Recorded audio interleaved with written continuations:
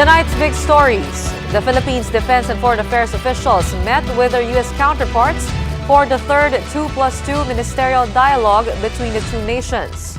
During the meeting, the two countries agreed to complete their security sector assistance roadmap over the next 5 to 10 years. The officials also discussed the conduct of combined maritime activities with other allies in the South China Sea. Political analyst Richard Heydarian will join us later to talk to us about the implications of the stronger cooperation between the Philippines and the United States. Tropical Depression Amang continues to track northwest after making landfall in Camarines Sur. Moderate to heavy rainfall has been felt in parts of Luzon, prompting ports and terminals to cancel trips. We'll get the latest on the cyclone from our weather correspondent, Francis Orsio, a little later on. And President Bongbong Marcos and Vice President Sara Duterte enjoyed majority approval and trust ratings in Pulse Asia's latest survey conducted in March. However, more than half of Filipino adults do not approve of how the Marcos administration has handled inflation. From the nation's capital, I'm Gretchen Ho. I'm Sean Yao. And I'm Regina Lay. This is the big story tonight.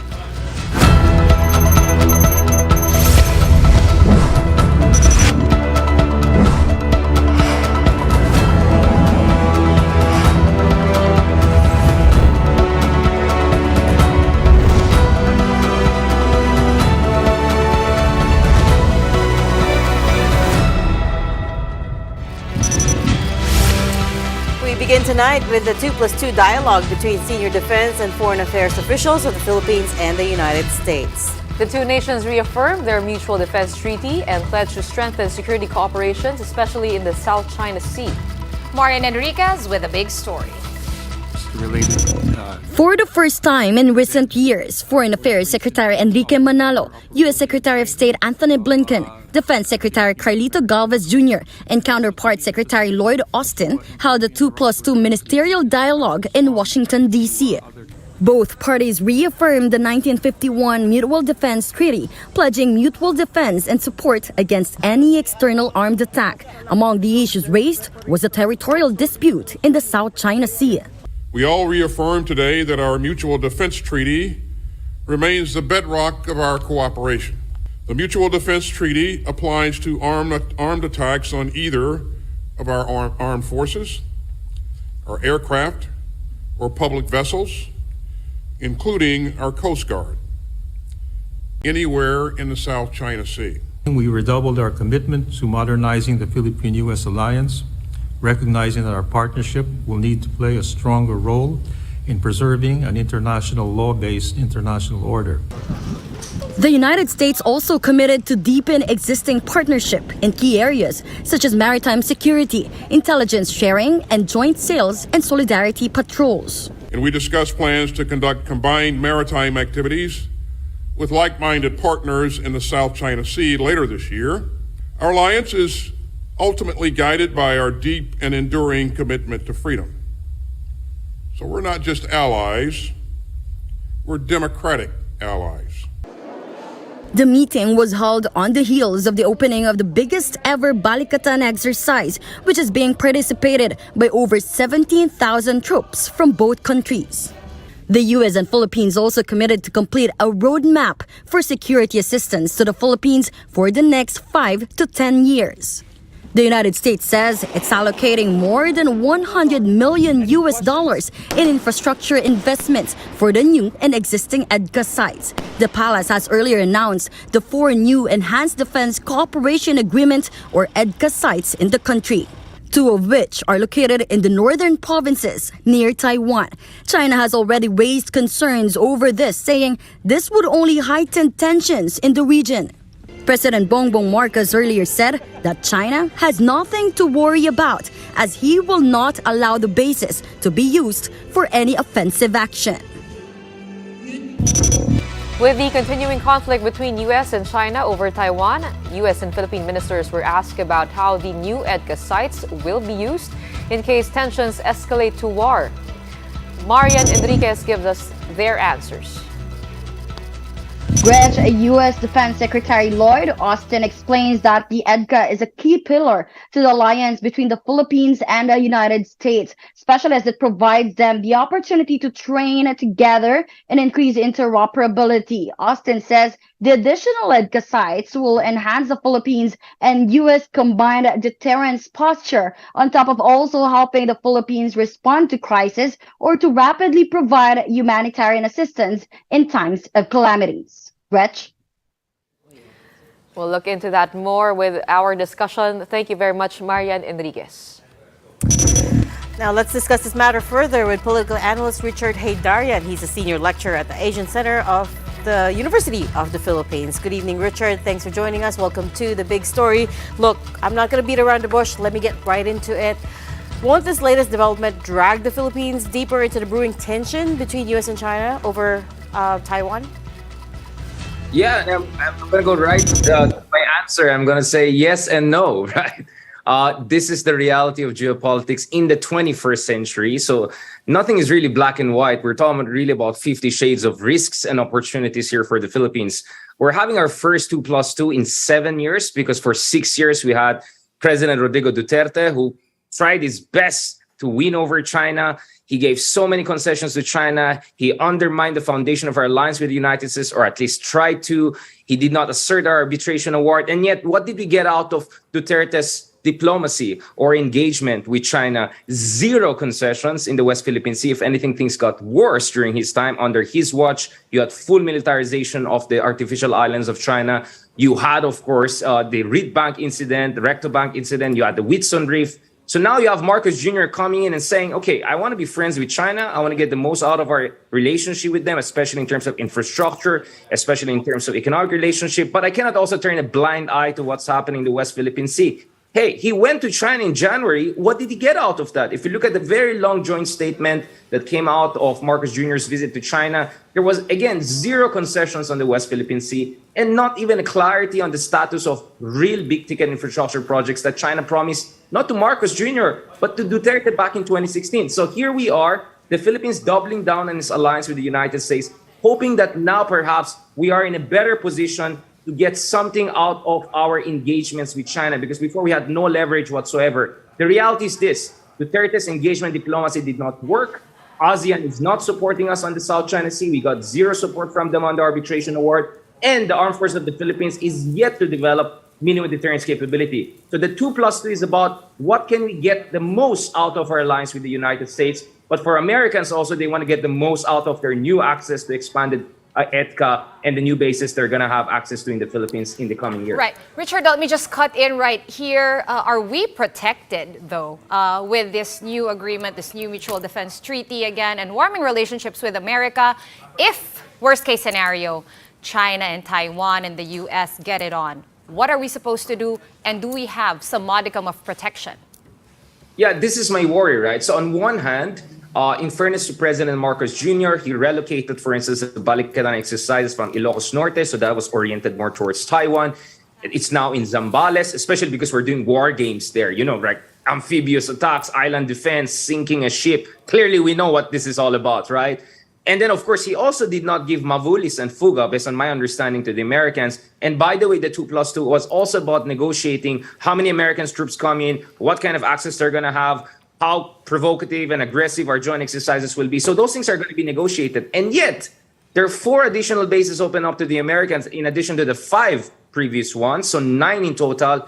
And out of 4 additional ones, 3 are in the north of the Philippines, Isabela and Cagayan, right? So this is where it slightly gets boring. Like, maybe this is a bit too provocative, but for me, it depends how we make the most out of it. Because remember, we also have interest in the Philippine Sea, in Benham Rise. So maybe we can make some of these EDCA bases that we're opening into the Americans also relevant to our interest in the Benham Rise or West Philippine Sea. But is there a guarantee that will be the case? I'm not sure about it, because after all, US is a superpower and we're not. So we have to make sure we stand our ground, we get the most out of this alliance, but not forego our strategic autonomy, and make sure we don't get too much involved in the Taiwan issue. But as I said, this is not about provoking China. This is about deterring China from invading Taiwan. If we have a strong alliance with the US, Japan, and other partners, then maybe China will think twice. But will that deterrence work? Again, there's no 100% assurance on that. So President Marcos Jr. has to be also honest about this. There is definitely risk here. Well, Richard, talking about these new moves, is it clear to you now that we are choosing the United States over China?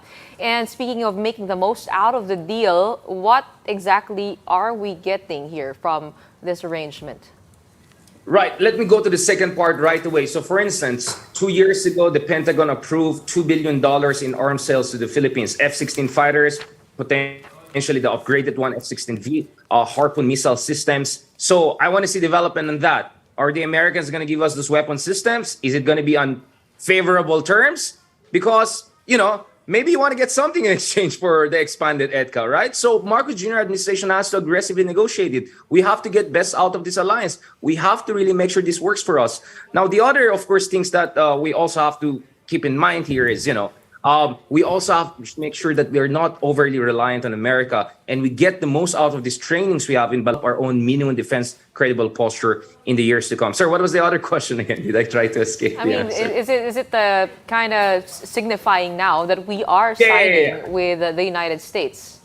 Yeah, so I just came from speaking engagement across the region, right? Including from Malaysia. I think there is a worry in some ASEAN countries that the Philippines may end up as America's deputy sheriff in ASEAN or this part of the world. At least that's the impression I get, including from talking to Grab drivers in Kuala Lumpur the other day, right? But I don't think that's what wants to happen. I think Marcos wants to have the cake and eat it too, or at least have some sort of balancing between US and China. But clearly, it's not going to be symmetrical. It's a highly asymmetrical balancing. Will it work? I don't know. My hope, though, and hope is not a policy, but my hope is China will see the situation and realize that it has to offer really something concrete to the Philippines, literally concrete. Otherwise, yes, maybe we're inevitably going to make a choice between US and China if current trends continue. I like that. Hope is not a policy. I like that. That is a policy. Hope is not a policy. All right. I'm glad that's the only quotable quote. You're always so quotable, Richard. You know that. That's why we like having you on the show. But we're gonna have to leave it there today. Thank you for joining us, Richard Heydarian, political analyst. Meantime, the Health Department announced that the second COVID-19 booster shot will soon be available to the general public. DOH officer in charge, Undersecretary Maria Rosario Vergeres, said it will be made accessible to the general population once the implementing guidelines are released. According to the DOH's latest data, 78.4 million Filipinos have been fully vaccinated against COVID-19. Meanwhile, 23.8 million have received their first boosters, while 4.2 million have received their second. Sa ngayon po, binabalangkas pa ang atin mga guidelines, no? Na i-present na ito sa Executive Committee ng Department of Health last week. Nagbigay kami ng mga komento. Ngayon, fina-finalize na. So hopefully within the week, we can issue and we can start our implementation the soonest time possible. Vergeres, meanwhile, eased on the possible lifting of the COVID-19 public health emergency in the country, saying that they still need to study all the details. This comes after U.S. President Joe Biden signed legislation to end the national emergency for COVID-19 in the United States. Soon, we will be able to lift this state of public health emergency. Pero kailangan lahat nakaayos na before we do that. And we are in constant coordination, of course, with the Interagency Task Force, yung pong mga iba't ibang ahensya. Plus, syempre, kailangan makita natin na yung mga legal provisions that are included into the state of public health emergency, meron din po tayong fallback kung ano ang gagawin natin once na-lift yan. Up next, we'll get the latest on Tropical Depression Amang as it continues to cut across Luzon. That and more when the big story returns. Keep it here on One News.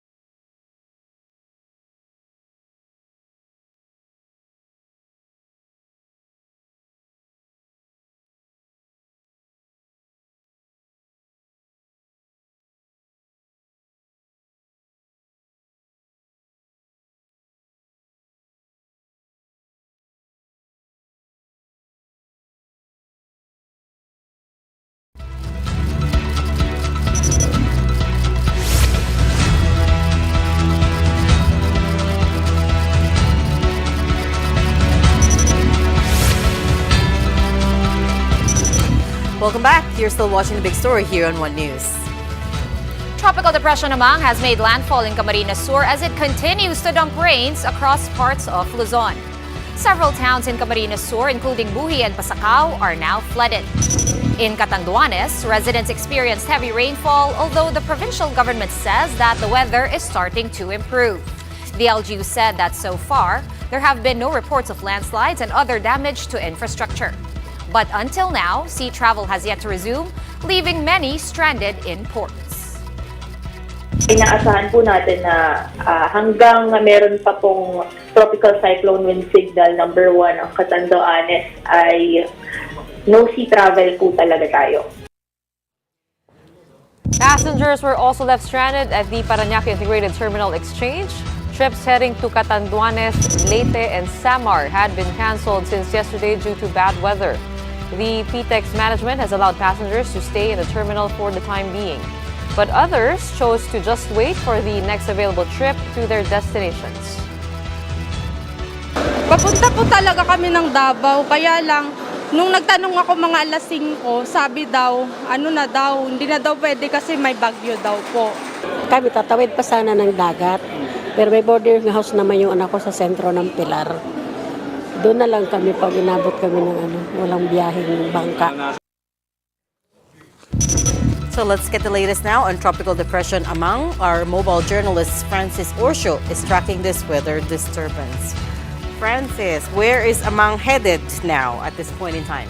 Good evening, ladies. So for the latest position of the Tropical Depression Amang, it is currently located based on the 8 p.m. bulletin of Pag-asa over the coastal waters of Sipocot, Camarines Sur. And since the movement of Amang is going northwestward, it is expected that Amang will traverse over the eastern localities in Camarines Sur. All right, are you seeing another landfall? Earlier, I spoke to Alzar from Pag-asa and he said it might make landfall again in Polillo Islands. Has anything changed since then? Actually, walang pagbabago doon sa sinabi ng Pag-asa na there's a possibility that TD Amang will landfall in Polillo Islands. But there's also a possibility na dadaan lang itong sentro ng bagyo sa coastal waters malapit sa Polillo Islands. So for tomorrow, do you think people will still be stranded in ports? Based on the data from Pag-asa, since may gale warning pa rin na nakataas, I think the port areas in the areas where TD Amang is most likely will affect, ay inaasahan pa rin natin yung matataas na alon, kaya naman magkakaroon pa rin ng mga pagbabago doon sa port areas. Alright, Francis, one last question kasi optimist tayo dito. Diba? Speak for yourself.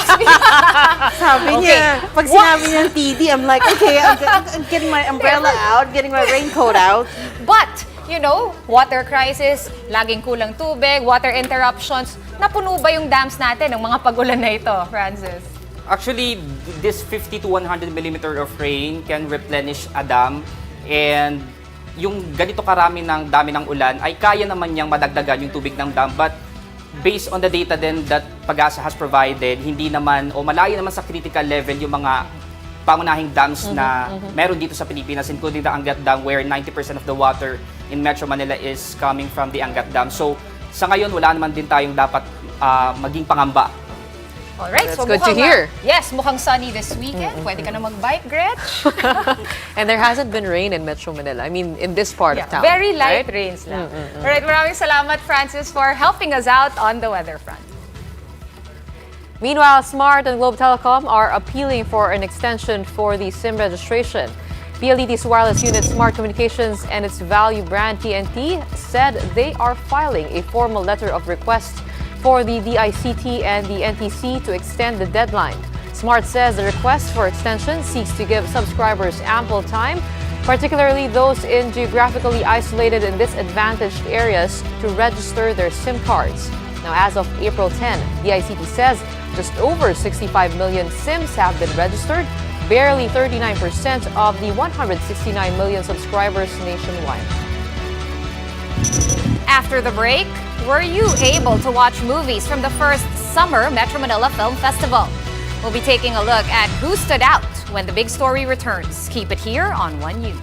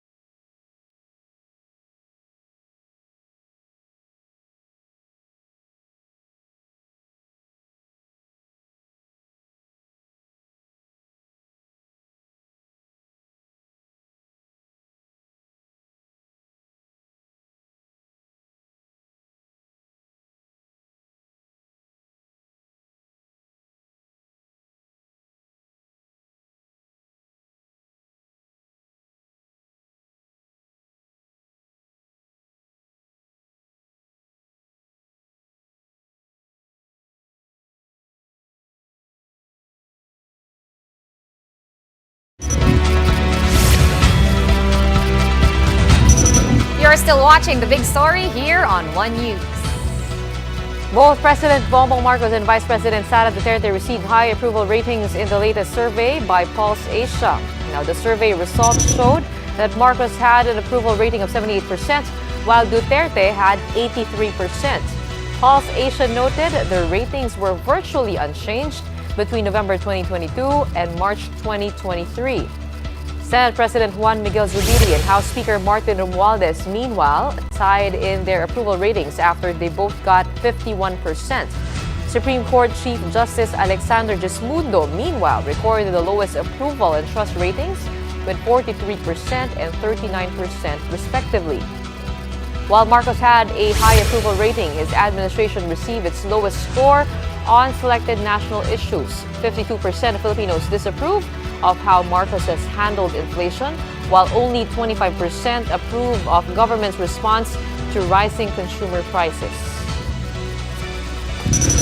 Ang galing no guys, kasi ang taas pa rin ng approval ratings despite them disapproving or not really being in approval of how the administration has handled inflation. So they have separated the persona from the actual work. That's what the political analysts have always said, even during the campaign period, right? We somehow have a way of separating the persona from the platform, right? So you could have issues on the domestic front, but that in the Filipinos' minds, parang hiwalay pa rin yun. Right? I will grade you on a different scale when it comes to your national I'm actually issues. taking a look at the issues during the survey period, March 15 to 19, I believe.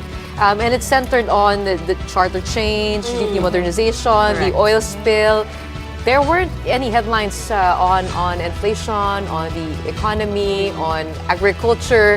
So, pwede rin, baka because hindi natin nakikita sa balita.